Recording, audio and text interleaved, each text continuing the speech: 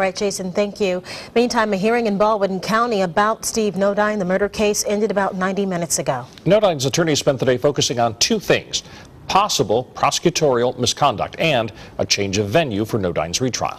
Now, Fox News reporter Chastity Bird was in the courtroom all day. She's joining us live from Bay Minette to break it down. Chastity?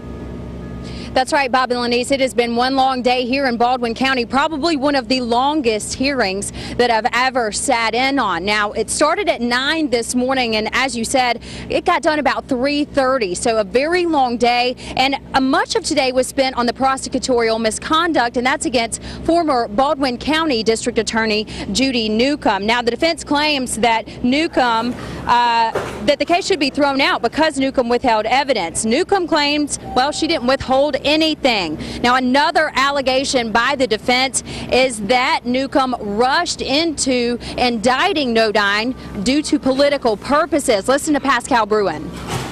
I think you can read between the lines. You don't bring a murder case to a grand jury within 2 weeks, and then even Ms. Newcome said that the investigation was still going on after you complete the investigation and then you indict.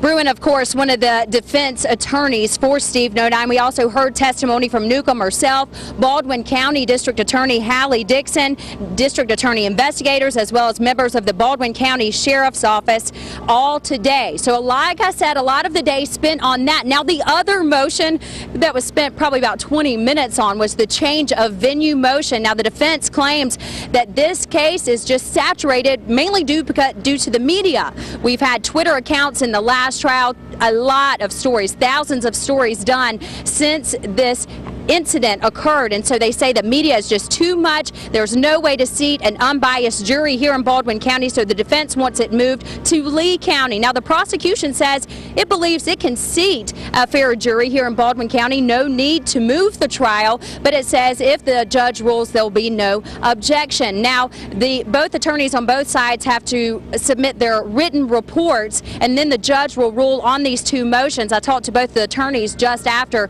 the hearing today. They say it shouldn't take more than 30 days. So right now, all we're waiting on is to hear from Judge Charles Pardon. Of course, we will let you know what's going on here in Bay Minette. We're going to have another report tonight at 9. If you want to know what happened today in the courtroom, you can also check that out on fox10tv.com. Reporting live in Bay Minette, Chastity Bird, Fox 10 News. All right, Chastity, did they talk about why they want to move the trial to Lee County in particular, where Auburn and, say, Opelika are?